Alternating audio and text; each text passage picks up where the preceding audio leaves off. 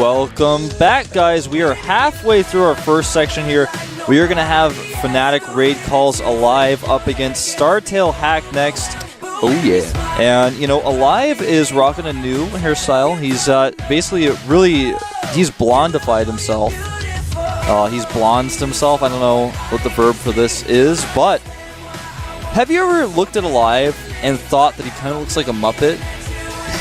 Have you ever done that before? Because, you know, I used to call Alive the international mystery Terran, like the international man of mystery. How did you come up with that? Now listen, it was like, because have you seen Austin Powers before? Austin Powers International Man of Mystery. Well, nobody knew what team he was on for a while during that period where he was like maybe on Fnatic, maybe on TSL, and I don't know. He has glasses. I just thought I'd make Austin Powers jokes, but nobody liked it. But now I've found something true. That he looks like a Muppet. He looks like a Muppet a little bit. But we're going to go into this game against Hack right here, right now. This is the GSL Code with Caldor and Wolf.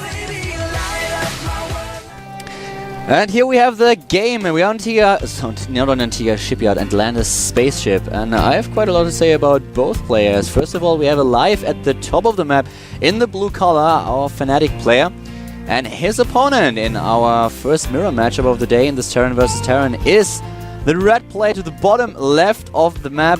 We have now for the StarTale team, it is Hack. And, well, the thing about Hack is that he was practicing, well, Naniwa was still practicing for his games against MVP, so I was at the StarTale house, and there was Sound, Bomber, and Hack. They were all sitting there preparing for the matches. And it was kind of funny to just see how Sound was practicing. I talked a little bit about them, about their practice schedule, and asked him, okay, who are you up against in Code A? And Sound had this really, really sad face, and he was like, yeah, I'm up against Pole. By now he lost to Pole, so he already knew that it would be really, really hard. And then Hack was already like smiling because he was like, yeah, it's not going to be easy. And then I looked to Hack and was like, so Hack, who are you playing again? And he's looking at me and his smile drops and he's like, Alive. He was really sad about it, but he has a lot of awesome training partners. He was training quite a lot with Bomber as well. And now we have Alive at the top of the map, and I told this story earlier where Alive broke his glasses before he went to Iron Squid when we were at a club. But the one thing that I didn't say is, well, Sasa was with us at this evening as well. So we drive in the car, cab, and we want to go to this club, and Sasa is just calling someone the entire time, and he's talking in like Konglish, really broken English, and tries to break it down. So I ask him, Sasa, who are you actually calling? And he says, yeah, I'm talking to Sino, I'm talking to Killer. And I'm like, but why are you talking like this then? Because Killer has a really good English. His English is really not bad. And he says, yeah, his English is really bad. And I was like, no, it's not. Killer's English is actually really good. So why are you talking like this? And he's like, yeah, I don't know. Maybe it's just the phone. So he keeps talking and explains him, yeah, we want to go to this and that club. He actually asked before which club would be good on, I think it was a Thursday or Wednesday, I can't remember. But they decide to meet up somewhere. So we arrive in front of the club and suddenly there's Alive and we're like, hey, Alive, this is so awesome. This is so funny that you're here as well. Killer will be here in a few seconds too. And I look at Sasa and Sasa looks at me, looks at his phone and he's like, oh. He was talking to Alive the entire time. He didn't really get it. Called the wrong Korean, and we had a blast of a day with Alive. So it was really fun. That is really funny. Yeah, and then he broke his glasses.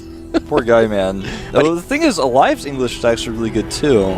Yeah, he's just not really confident with it. What is this, man? This is TVT, but I'm seeing 3 commands and 4 gas. Yeah, yeah, you're right.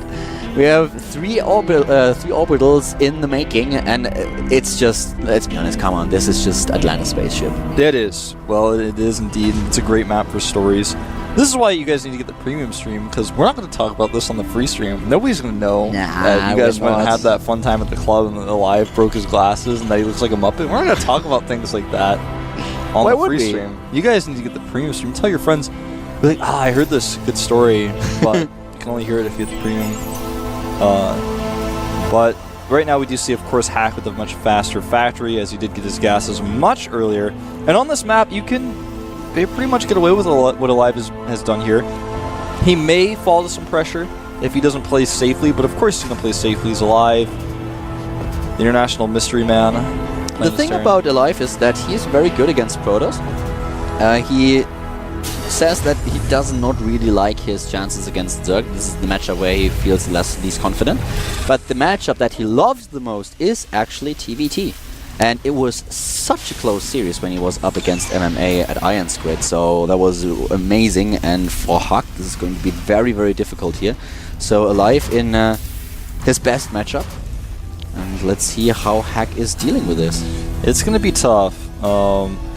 Hack is someone who he's been around for such a long time, and he's like, I don't know how to explain. I'm trying to draw a comparison with another player for how you can say this guy is like, he had his moment.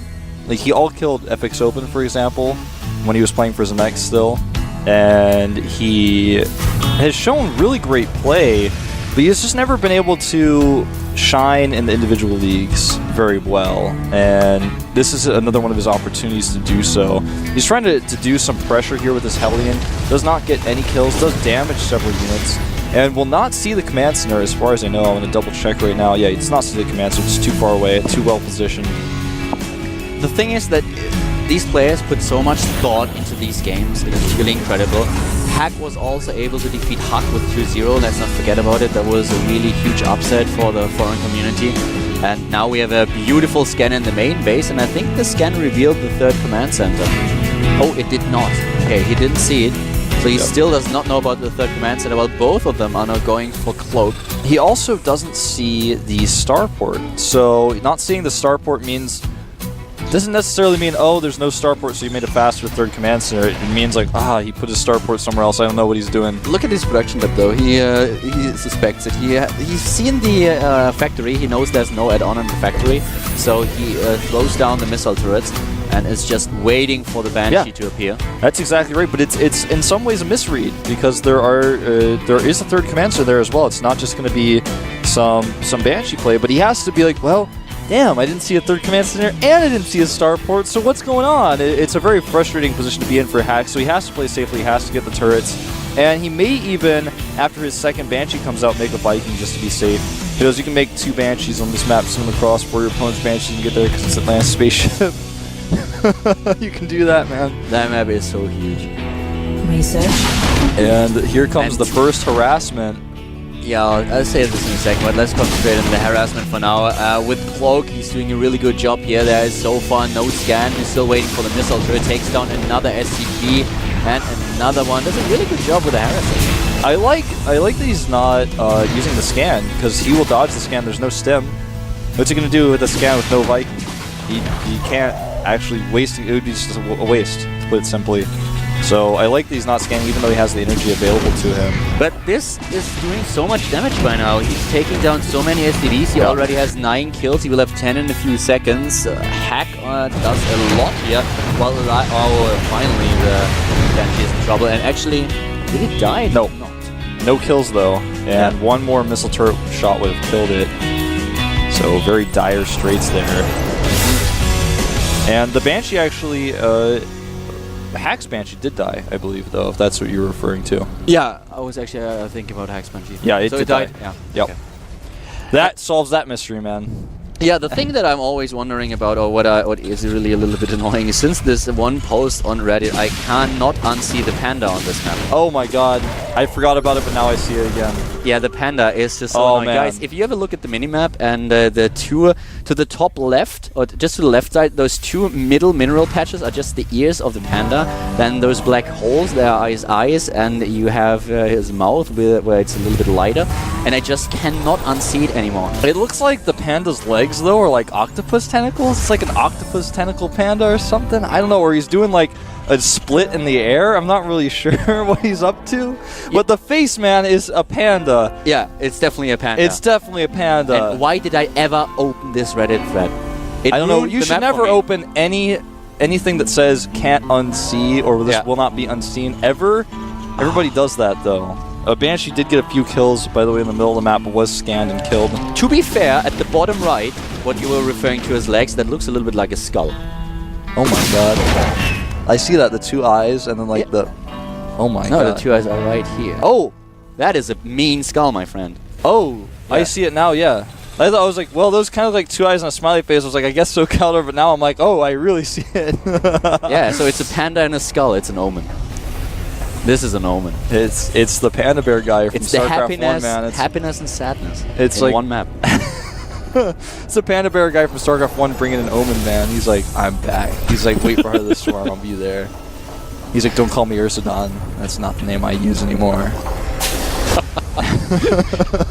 I'm done being incognito. Well, guys, this game has actually been extremely passive because it's Atlanta's spaceship, and both players are doing almost the exact same thing. I mean, we see Marines going to scout the exact same positions and running into each other. Just look on the minimap. All these positions for Hack, he has units everywhere, and I have to say that his harassment was a lot better than Alive's. We saw this, how many units he actually killed. He took down 12 of his opponent's SCVs, and he still has Banshees roaming the map, and quite a lot of them. Yeah. We have both of them just going for the upgrades.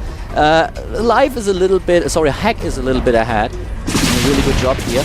And let's not forget about, kills the yeah, this is actually a really expensive investment here. Yeah, very Alive is losing out a lot of these battles. He is trying to trap these Banshees now in the middle of that, but he doesn't have enough Marines, so he's going to lose even more units. Yeah, he loses quite a lot. And, well, the thing is that basically all those harvesters that Hack killed made up for the early third command center. Yeah, it absolutely has. Now the upgrades are even ahead for Hack as well. He's basically ahead in every way in this game, and he's moving out with a pretty huge force, Calder. And Alive, if he does not get the position right now, will likely lose his third command center because he needs to be sieged up in time. He can't just be like, oh, and because in 2 seconds Hack will kill that command center, snap it down with just a very quick targeting with his Marines. This is an interesting position to take, though. He's going to actually wait a little bit. And here we go, man. He's got better upgrades. The Banshee's adding some DPS in here as well, but he's not sieged. And he's not taking down the siege tanks. He's not focusing on a siege tank with the Banshees, but still he has the numbers. Yeah, and now he's does. pulling it off. He pulls it off, and Alive, not only is he's actually just not going to take down the command center, he's actually going to continue to push his advantage here. Needs to cloak those Banshees. He will get, not the last siege tank, but a great trade for Hack. Dropping on top of the tanks now, though, and this will take down the tanks most likely. It's a little bit sloppy here, but no, he's actually not able to pull it off. There are too many siege tanks that were not sieged up yet, and a few Marines reinforcing them. Yep. And you said it, he has the upgrade advantage. Yeah, the upgrade advantage was such an important factor in that Marine-on-Marine battle, even without the tanks being sieged. Imagine how bad it could have been if Hack didn't hesitate and got his tanks sieged really quick. He may actually just opt to dart in and target down this command center now since he has so many tanks, and that's the exact reason why Alive's going to go ahead and lift up here. He's basically just losing minerals mining here because he's forced to repair, and he's just going to do it. Here he goes. Goes in, and no, decides not to target it, but he still has an upgrade advantage, just slightly, and he's just going to tear it through here. Yeah, it's just too much, even with the siege tanks on the high ground. Alive getting pretty smashed here. Yeah, indeed. He has 60 less supply. He's losing this orbital that he just lifted and is trying to lift to safety. Yeah, this game is essentially over. Hack, all he could do to lose this one would be to way overextend himself. Alive's going to land his orbital over here. He needs to drop a mule to save it if he wants it, but guess what? No. He like stims, but it's like, oh, it's just died. This is... He's basically doubling the supply. Alive's going to go for a counter drop here, which is the best he can hope for. There's nothing to stop him. Oh, this is doing a lot of damage. Wow, nice. Unless he flies into the missile turret. Cool. He does. Yep. And 3-3 is actually about to finish for Hack, which will put him again in a pretty big upgrade lead. He's walking into siege tank fire, though. Oh, he needs to be careful here. At this point, he does not really have to engage. As long as he contains him on 2 bases, he will be fine. And let's be honest, man. TVT is the matchup where we see the most comebacks due to big mistakes. I don't think it's going to happen, though. It's too far gone at this point. He pulls the SCDs. He's trying to drop on top of the siege tanks. He does a good job, but now he's down to 70 supply against 160. Ain't going to happen. No, it's definitely not. Way too much firepower coming out here for Hack, who does have the 3-3 upgrades now. And he will maybe hold this first wave, but there's a second wave that's not even been sent out just yet. We still have the 3 bases, a much better economy, harvester count 27 to 53, more mules. This is unwinnable. I think Alive's just trying to come to terms with this situation here. He's trying to drop here. GG! And Hack, man, he took Alive out in spectacular fashion there. Just ahead in every way. Yeah, definitely. So he played this very, very well. He prepared a lot. He practiced so much. And Alive just came back from Iron Squid. He had, of course, he had also to show a lot of his strategies against MMA. That was something that we have to consider as well. You can bet money on the fact that Hack was sitting in front of his computer and watching every single Terran versus Terran that Alive played and adjusted his strategies accordingly. That's something that the whole StarTale team did. I talked about it when Pole played against Sound. Sound was always watching the live stream of Pole, just checking all these games, and this won him the first map in the best of 3. In the end, it didn't win him the series, but you could just see how he prepared for the games against Pole. And Hack is doing exactly the same thing, obviously. Yeah, and the StarTale team is known for that, as you said, doing a great job of scouting out their opponents. Well, our countdown is started again here, Caldor. Our second map is going to be Dual Sight, and I feel like the song that we're listening to is really, like, it's not bad, but I'm not sure if it's fitting. We're not really on a date, are we? No, not really. Okay, just making sure. I did ask you to come here, and you did agree, and we did meet beforehand, but this isn't a date. We're just friends, Caldor. All right. You don't have to say it that way. All right, let's get into the game.